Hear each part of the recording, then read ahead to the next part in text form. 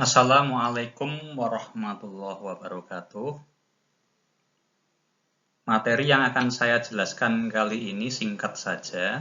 Ini adalah 4 slide terakhir dari bahan ajar perencanaan SDM strategik yang sudah saya sertakan juga dalam pertemuan kita kali ini.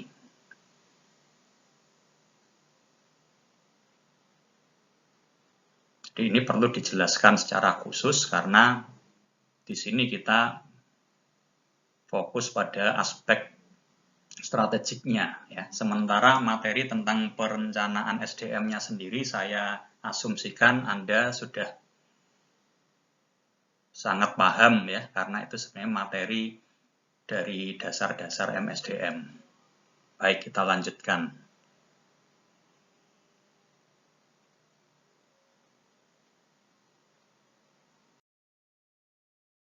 Perencanaan SDM ya, sesuai dengan topik kita minggu ini, yaitu tentang perencanaan SDM strategik. Ini sebetulnya materi yang sudah pernah kita bahas ya, tentang perencanaan SDM ya. Jadi kalau Anda lihat, ini sebenarnya saya melompat ke bagian akhir dari bahan ajar yang sudah saya sertakan juga pada pertemuan ini, yaitu bahan ajar tentang perencanaan SDM strategik ya. Nah, jadi kita langsung melompat ke aspek strategisnya, karena perencanaan SDM-nya sendiri tentunya Anda sudah pernah mempelajari pada mata kuliah dasar-dasar MSDM ya.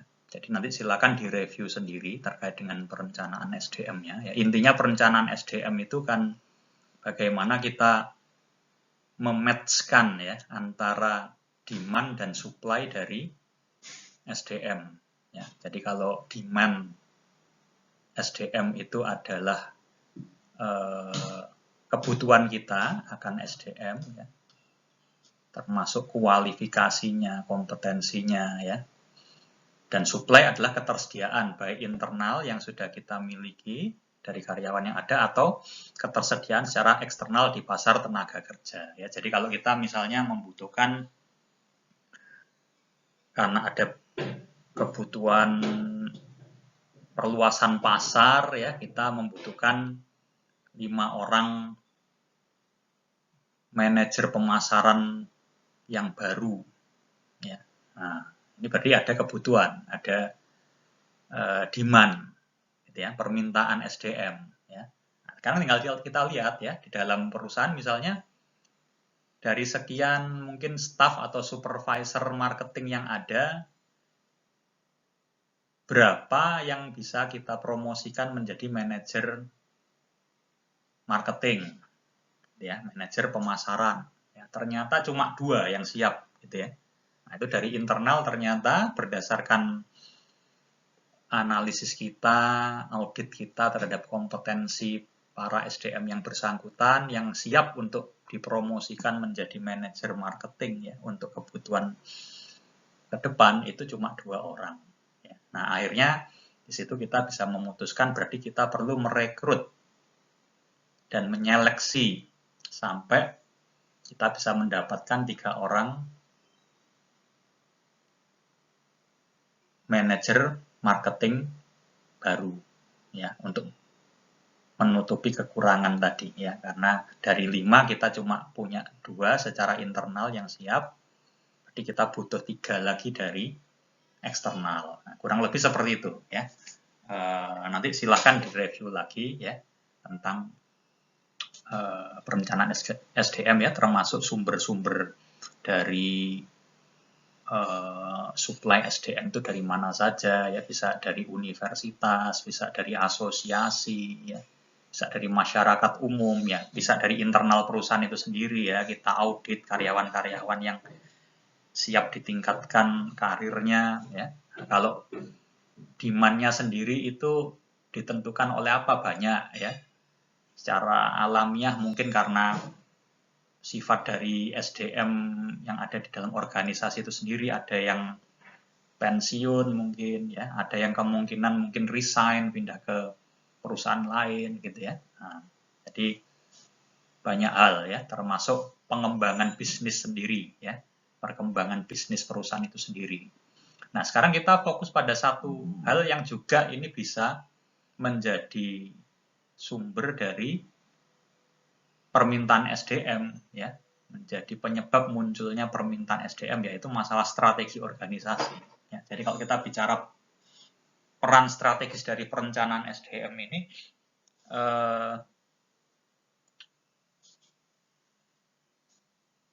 proses perencanaan SDM harus sejalan gitu ya, dengan strategi organisasi. Artinya harus bisa membaca arah strategi organisasi ini 3 tahun ke depan, 5 tahun ke depan, mungkin sampai 10 tahun ke depan seperti apa ya. Nah, ini jelas terlihat bahwa manajer SDM harus mampu memprediksi kebutuhan SDM selama beberapa tahun ke depan sesuai dengan strategi yang ditetapkan oleh organisasi ya. Oke.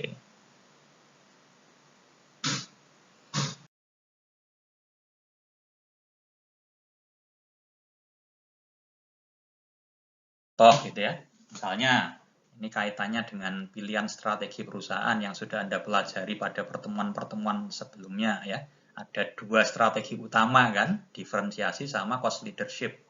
Ya, kalau diferensiasi itu terkait dengan keunikan produk ya. Jadi kita bersaing dengan menonjolkan keunikan produk kita, perbedaan produk kita dengan pesaing ya, keunggulan produk kita dibanding pesaing. Kalau cost leadership itu keunggulan dari sisi harga gitu ya, yang lebih murah, lebih terjangkau. Ya, jadi jika pilihan strategi perusahaan adalah diferensiasi, maka tentunya yang dibutuhkan itu SDM yang kompetensinya lebih menonjol pada masalah-masalah inovasi, ya, kreativitas, desain, ya. Karena kan memang kita mau membuat produk itu yang unik, yang lain dari yang lain gitu ya. Inovasi, ya, produk yang inovatif. Ya. Nah, ini butuh orang-orang yang kreatif, orang-orang yang pandai mendesain produk agar menarik, ya, agar sesuai dengan yang diinginkan, gitu ya, bisa menunjukkan diferensiasinya dibanding produk-produk pesaing. Nah, sementara kalau yang dipilih adalah cost leadership strateginya, maka SDM yang kompetensinya menonjol itu adalah yang dalam keuangan misalnya ya, karena kalau kita cost leadership kita harus menekan biaya ya supaya bisa jual dengan harga yang murah, harga yang bersaing tapi tetap bisa ambil untung gitu kan. Makanya di sini harus pengelolaan keuangannya harus cukup rapi ya, harus punya strategi supaya bisa tetap mendapat profit ya, pos-pos mana yang bisa dipangkas mungkin ya. Nah, kemudian ada efisiensi dari sistem produksinya juga ya. Jadi gimana kita memproduksi barang dengan kualitas yang standar ya. Kalau kita cost leadership ini biasanya kualitasnya standar aja ya, dia kan nggak mau menunjukkan kualitas yang terlalu wah gitu ya. Karena tujuannya bersaing juga bukan di situ ya, tapi di harga gitu ya.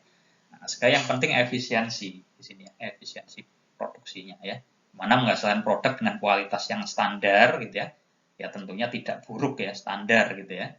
Tapi dengan biaya-biaya yang lebih rendah gitu ya. Makanya di sini ada orang-orang engineer gitu ya, ahli-ahli mesin mungkin atau ahli-ahli sistem produksi yang dia akan merancang sebuah sistem produksi yang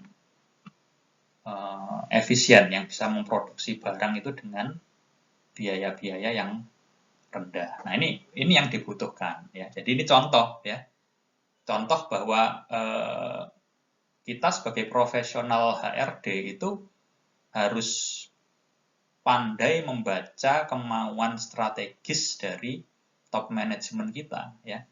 Strateginya apa? Apa diferensiasi atau cost leadership misalnya.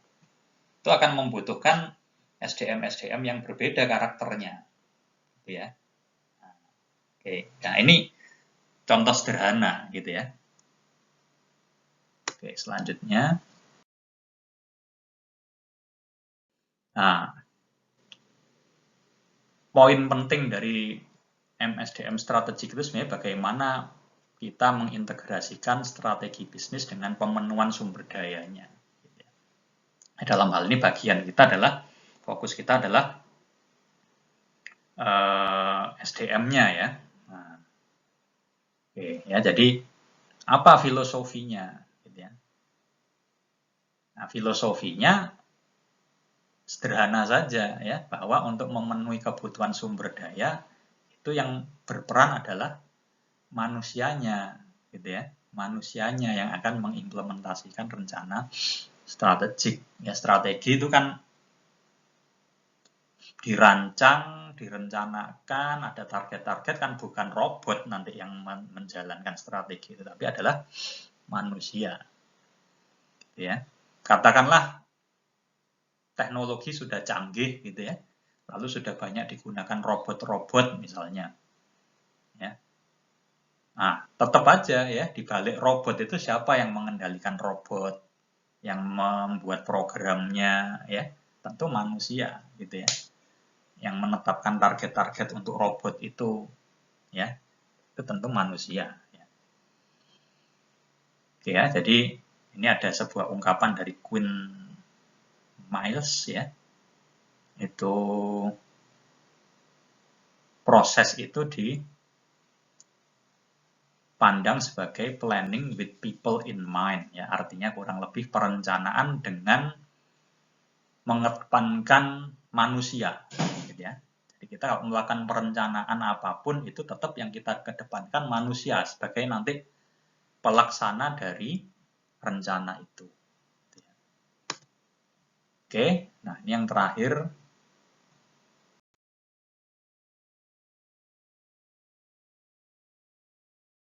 Dari strategi perusahaan dengan strategi pengadaan SDM itu harus didasarkan pada pemahaman mengenai arah organisasi. Jadi nanti kita ke depannya itu seperti apa, ya, berapa jumlah karyawan yang dibutuhkan.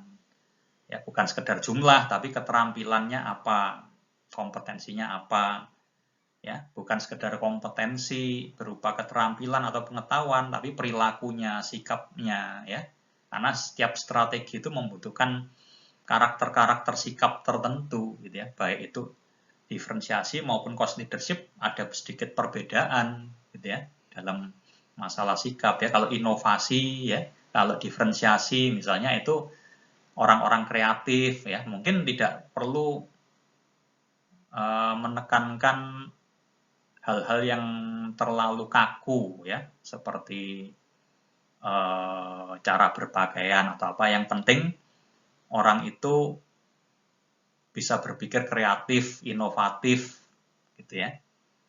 Nah, tentunya juga harus tetap bisa diandalkan, gitu ya, meskipun terkesan dia penampilannya santai, ya, kurang begitu suka formalitas, ya, tapi dari sisi kinerja tentu harus dicari orang-orang yang juga bisa diandalkan, gitu ya.